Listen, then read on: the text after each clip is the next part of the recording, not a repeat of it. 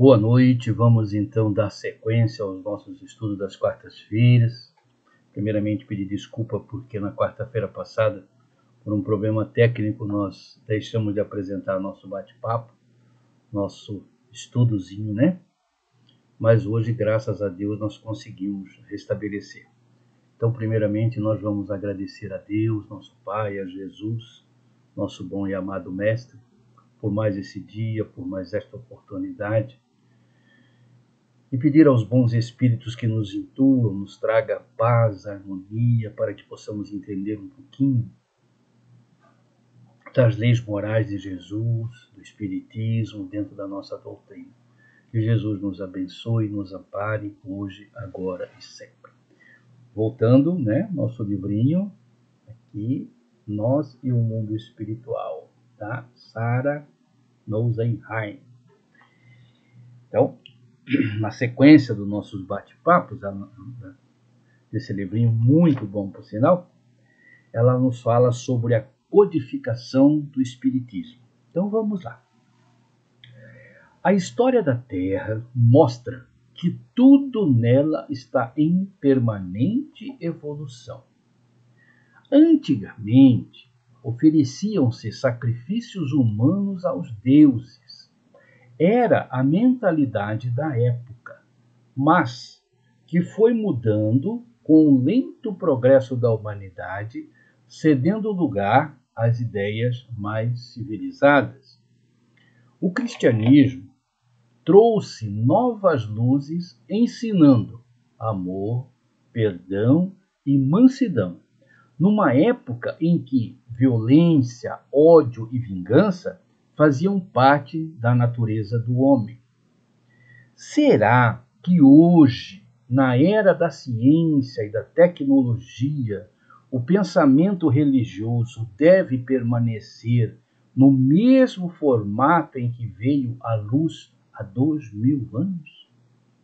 Ela começa com essa pergunta, né? Fantástico. Então vamos ver o que a Sarah nos diz em relação a essa codificação, né? Esse pensamento religioso, que muitos de nós, com certeza, por sermos reencarnacionistas, com certeza vivemos também nessas épocas, né? Em que imperava, né, a violência, o ódio, a vingança. Então ela continua nos dizendo, olha, que na metade do século XIX, Allan Kardec, que é o pseudônimo do sábio francês Hippolyte Léon Denisard Rivail, colaborador de Pestalozzi, professor de Química, Física e Matemática e Astronomia, autor de diversas obras didáticas adotadas pela Universidade da França, membro de várias academias de sábios, inclusive da Academia Real d'Arras, codificou a doutrina espírita que trouxe novos e mais amplos conhecimentos sobre a vida, o universo e as leis que a tudo regem. Como nós vimos na pergunta, lá atrás, nasceu o cristianismo com Jesus, só que era uma época em que nós, vamos nos colocar dentro também, porque afinal de contas, com certeza, muitos de nós estagiamos por essa época, né? Nós não tínhamos condições de absorver os ensinamentos profundos, os ensinamentos morais que o mestre trazia. Nós vamos ver na próxima aula sobre as leis que existe um progresso por etapas, né, que nós precisamos obedecer. E nós não tínhamos condições de absorver, numa época em que se falava, principalmente na primeira revelação de Moisés, sobre a lei de talião, olho por olho, dente por dente, né, que devíamos devolver na mesma moeda. De repente nasce um cristianismo. Jesus nos traz, como se diz, ensinamentos dizendo que nós devemos amar nossos inimigos. Houve um choque cultural muito grande, principalmente no âmbito religioso, na época, né, em que Jesus começou a passar a boa nova para o povo hebreu. E Kardec, em 1857, né, codificou essa doutrina espírita, que nós vamos ver como, né, para dar uma, como se diz, adequada na condição humana de entendimento em relação à época. Como diz logo no começo, na questão da Sara, na pergunta. Nós estamos no mundo tecnológico, o progresso trouxe muitas coisas, mas infelizmente ainda muitos dos ensinamentos de Jesus ainda estão no obscurantismo, justamente por não entendermos ainda o que ele quis dizer, né? Mas vamos terminar esse pedacinho aqui da codificação. Olha só. Foram os espíritos superiores, através de vários médios, aqui a gente tem que deixar bem claro, porque muita gente que não conhece a doutrina espírita pensa que Kardec é pai do espiritismo. Não. Kardec foi o codificador. E não foi ele que recebeu as mensagens do plano maior, dos espíritos superiores. Não. Ele elaborou uma série de perguntas, distribuiu para vários médios em várias partes do mundo e compilou essas perguntas, foi separando, né, aquelas que tinham mesmo a resposta bem parecida, ele ia separando para depois configurar no Livro dos Espíritos, né, uns para 1018, outros 1020 perguntas, codificar todas aquelas perguntas passadas para outros médios e que as respostas coincidiam, né? Então foi um trabalho árduo e muito técnico. Não foi Kardec, Allan Kardec ou Hippolyte Denisard Rivail que autor do Espiritismo. Não, nós temos que deixar bem claro, porque muita gente ainda faz essa confusão. Tá? Espiritismo kardecista. Não existe espiritismo kardecista. O espiritismo é um só. Tá? Espiritismo codificado por Allan Kardec, tá bom? Não é kardecista, que trazem as máximas morais de Jesus. Tá? Vamos continuar. Então, foram esses espíritos superiores, através de diversos médiuns, sob a supervisão do Espírito Verdade. Lembram-se que no Evangelho de Jesus diz: eu vou, mas no tempo certo lhe mandarei o Espírito de Verdade, que vai ficar convosco até o final dos tempos e vamos trazer mais conhecimento, né? Esmiuçar o que ele já tinha deixado naquele tempo. Então vamos lá. Sob a supervisão do Espírito Verdade, que trouxeram essas informações e esclarecimentos, respondendo a perguntas feitas por Kardec. E essas perguntas e respectivas respostas estão enfeixadas em O Livro dos Espíritos, que foi publicado em Paris em 18 de abril de 1857. É obra basilar da doutrina espírita. Pena que muitos dos espíritas não gostam muito de ler o Livro dos Espíritos. Já vão direto no Evangelho. Ótimo, tá bom também, né? Mas para essas questões que a gente tem muita dúvida, que vai nos consolar realmente, né? É o Livro dos Espíritos. 1857 anos após a vinda de Jesus. Ou seja, quando Jesus veio, imperava na época a lei mosaica, que nós chamamos de primeira revelação. Uma lei em que foi preciso, Moisés foi o vaso escolhido porque ele tinha que ser duro para poder nos controlar. Eu estou me colocando no meio dos israelitas lá, né? Porque éramos ainda muito primitivos, a humanidade era muito primitiva, conhecimento pequenininho, muito bruto, e precisava de um legislador duro para que pudesse, primeiro, Deus único. Moisés foi trazendo o Deus único, o monoteísmo, né? Nos trouxe o monoteísmo. Existe apenas um Deus. Aí ele precisava criar leis que trouxesse os israelitas pelo menos o mais próximo possível da humanidade, porque eram violentíssimos, né? Tudo na base da força, da violência, da vingança, né? Para termos uma ideia, mulher não tinha direito nenhum. Era um mero objeto, né? Então, 1800, aí Jesus veio. Desculpem, Jesus veio. Trouxe essa lei do amor, que nós chamamos da segunda revelação. Nessa lei de amor que Jesus trouxe, ele começou a implantar, ou seja, como ele diz, eu não vim destruir a lei, eu vim cumpri-la, porque Moisés tinha colocado em pedacinhos, ele apenas juntou, e que muita gente não entendeu.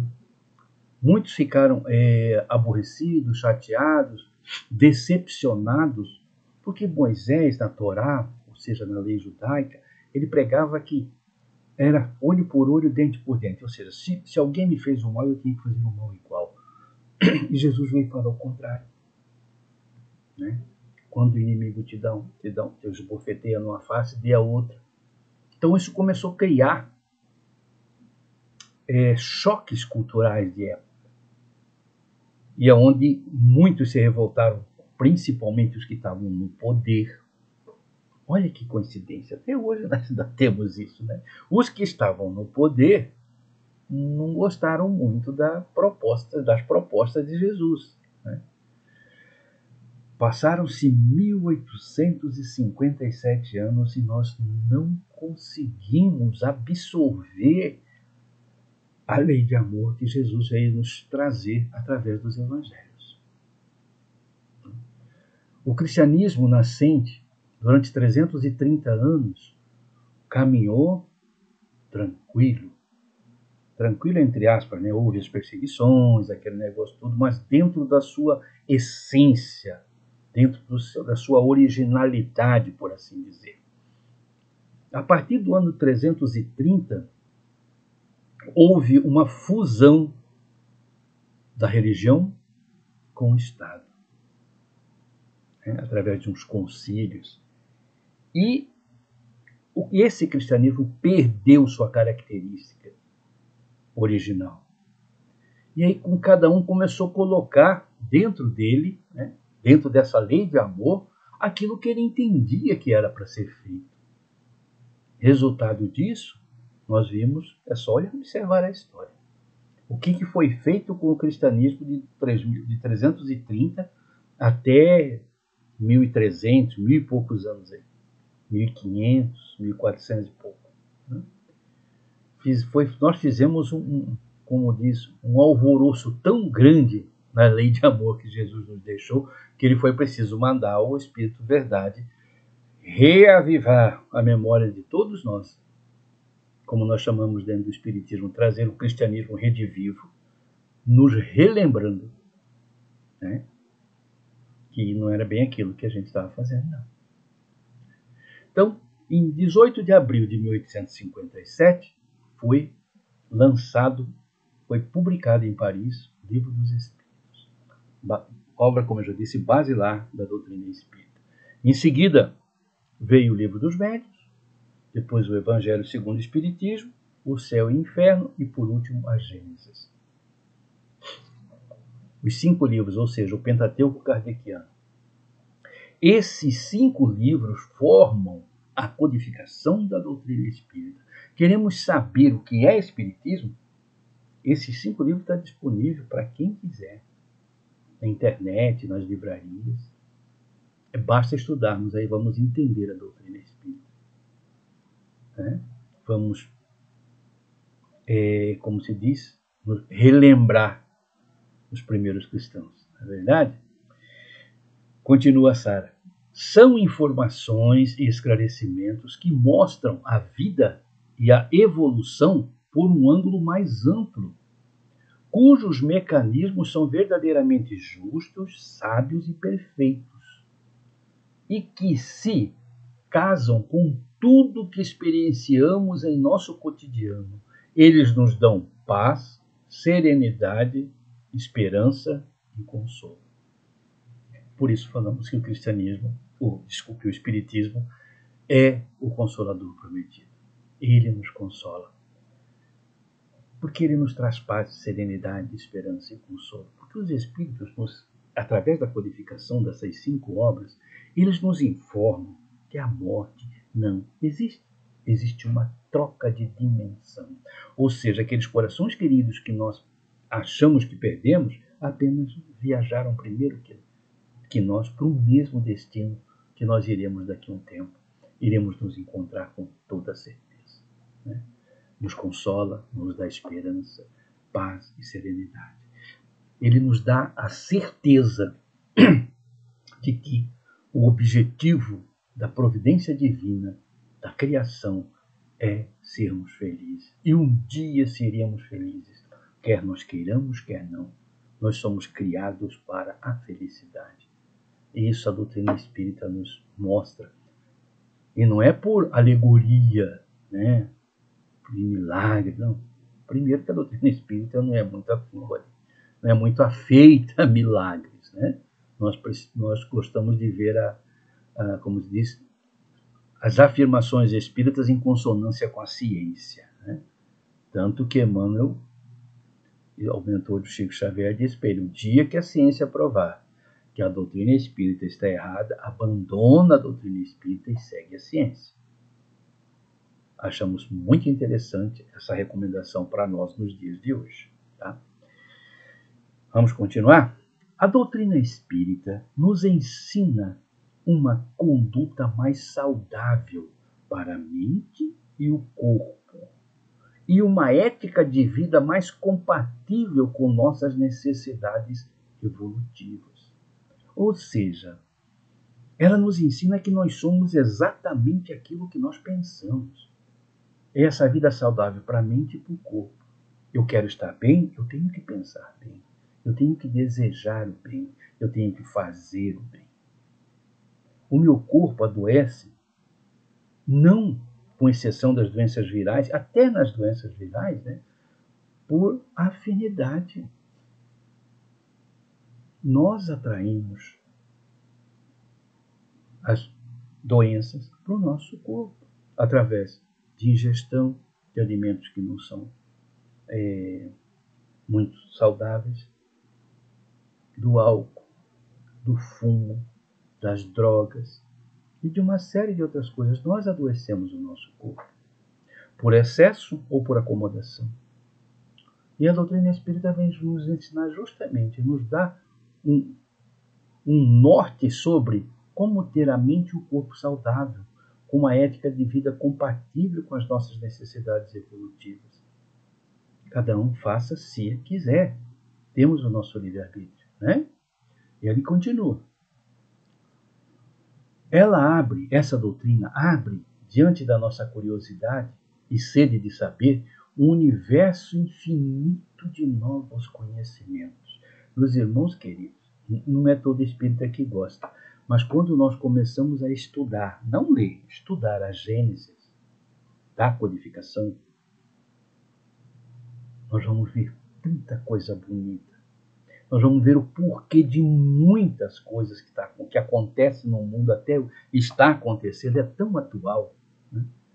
Ela é um pouco, né, científica demais, mas é muito bom, porque ela abre esse leque de conhecimento, nos traz coisas que fala, meu Deus do céu, eu não imaginava que era assim. Né? E ela encerra dizendo, é como redescobrir a vida sob novos e maravilhosos enfoques, sob novas cores e perspectivas. A doutrina espírita, quando bem, como se diz, absorvida na mente de qualquer ser humano, ela nos dirige, ela nos encaminha para as coisas boas, para o respeito ao próximo, para a observação das propostas de Jesus no Evangelho, de fazer o bem, de não fazer para as pessoas aquilo que nós não gostaríamos que nos fizessem. Ela começa a nos dirigir, nos ensinando que não existe céu e inferno, que o demônio, o diabo, o capeta, Satanás, dê o nome que quiser, também é folclórico. Existem espíritos ruins que já jornadearam neste planeta e que estão no plano espiritual praticando as suas maldades. Mas eles não são mais poderosos do que Deus. Sabe aquela coisa que a gente vinha sempre lá de trás, né? Antes de sermos espíritas, com um Deus medo, que nos impunha medo? A doutrina espírita nos dá um Deus amoroso. Nos ensina que nós, por mais que erremos, sempre teremos oportunidade, pelas mãos de Jesus e seus propósitos, a recomeçar. Deus nos perdoa constantemente. Aliás, Ele nem perdoa porque Ele não se ofende, né? Que nós somos responsáveis pelos nossos atos, nós não jogamos nas costas de A, B, C a culpa pelas nossas desditas. Então, o gostoso de estudar a doutrina espírita é isso, porque ela traz para os nossos ombros a responsabilidade dos nossos atos. E Kardec, vou repetir, não é o autor da doutrina espírita, ele foi o codificador. Espírito de verdade, através de vários outros espíritos superiores e vários médios do mundo todo, foram responsáveis por juntar no Livro dos Espíritos essas 1019, 1020 questões que Kardec compilou. E que hoje deveria ser o livro de cabeceira de todo espírita. Porque ali está a resposta para todas as nossas perguntas. Todas, sem exceção. Por que tem guerra? Por que uns nascem assim, outros nascem assado? Está tudo ali. Tudo, tudo. Basta nós procurarmos. Deu nosso horário. Meu muito obrigado pela atenção. Um beijo no coração de todos vocês. Até a próxima quarta, se Deus assim o permitir.